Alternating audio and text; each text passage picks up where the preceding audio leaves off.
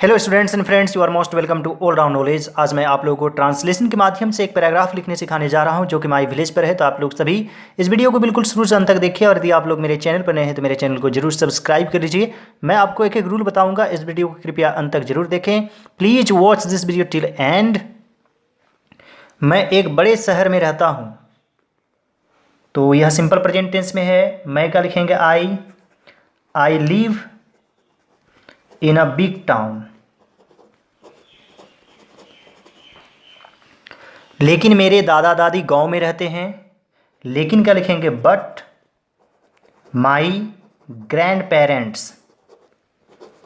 Grand parents मतलब हो गया दादा और दादी दोनों।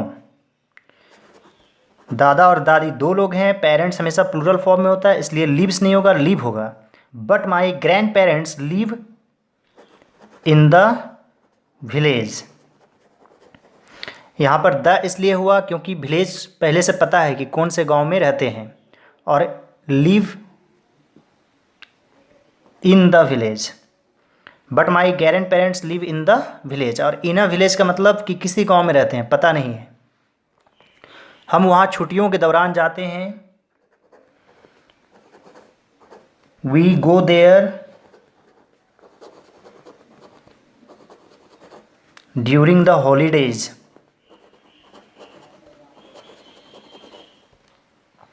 के दौरान का लिखेंगे? ड्यूरिंग। हम सारे त्यौहार वहाँ मनाते हैं, यह भी सिंपल प्रेजेंट टेंस में है। मनाना का होता है celebrate. We celebrate all the festivals there. मेरा गांव एक छोटा गांव है। My village is a small village. वहाँ ज़्यादातर घर पुआल तथा मिट्टी के बने हैं। Most of the houses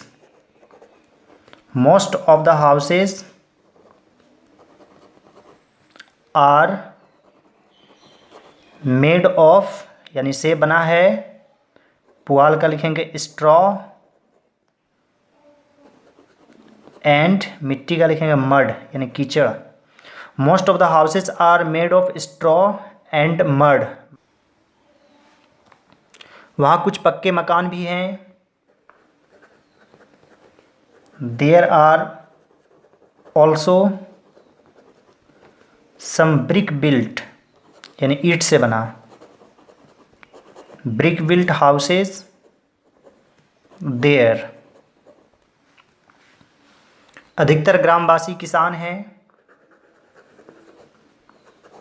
most of the villagers are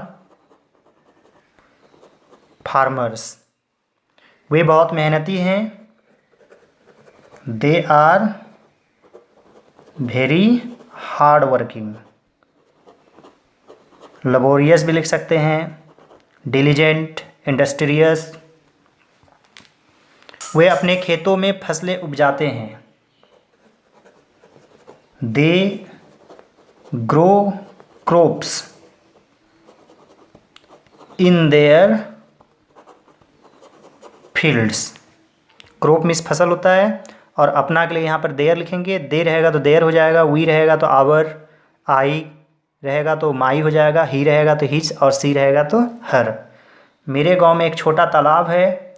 इसे देयर से शुरू करना पड़ेगा। There is a small pond in my village. और देयर के ऊपर मैंने एक अलग से वीडियो बनाया है, लिंक मैं डिस्क्रिप्शन बॉक्स में दे देता हूँ। यदि आपको समझना है तो उस वीडियो को ज़रूर देखें। मेरे गांव में कई पेड़ तथा बगीचे हैं। इसे भी देयर से शुरू करना पड़ेगा। There are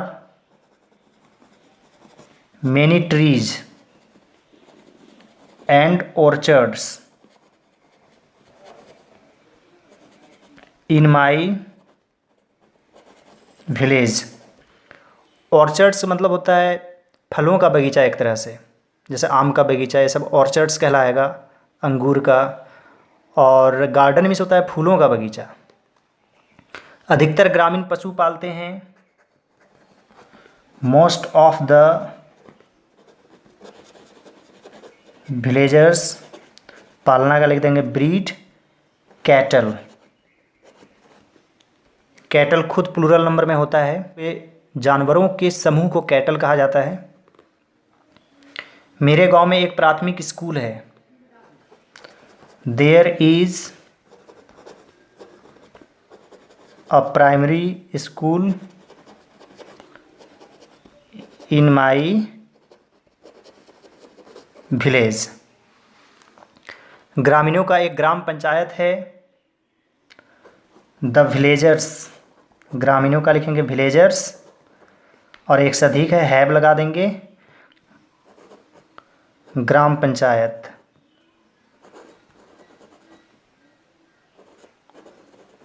panchayat. मेरे गांव में 2 मंदिर और एक मस्जिद हैं। There are 2 temples and a mosque. इसे मॉस्क पढ़ना है।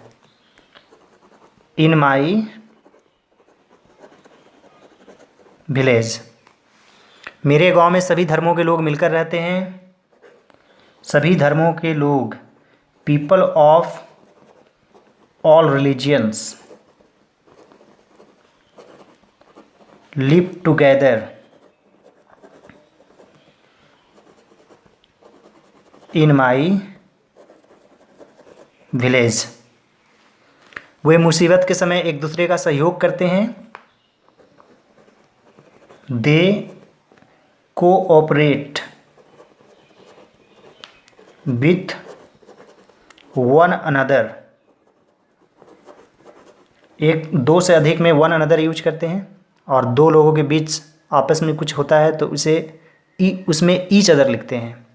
दे कोऑपरेट विथ वन अनदर मुसीबत के समय, इन टाइम्स ऑफ ट्रबल।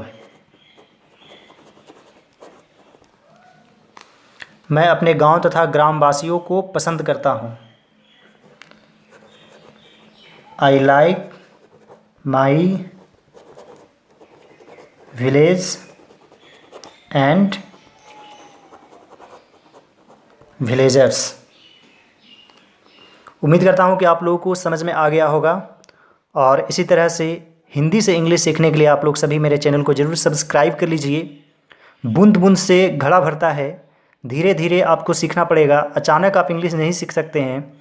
आप लोग 6 मंथ्स, 1 ईयर, 2 ईयर्स लगातार मेरे वीडियोज़ को देखिए तो आप बहुत कुछ सीख जाएंगे और इंग्लिश लिखना तो ज़रूर सीख जाएंगे। बोलने के लिए थोड़ा सा माहौल की ज़रूरत होती है।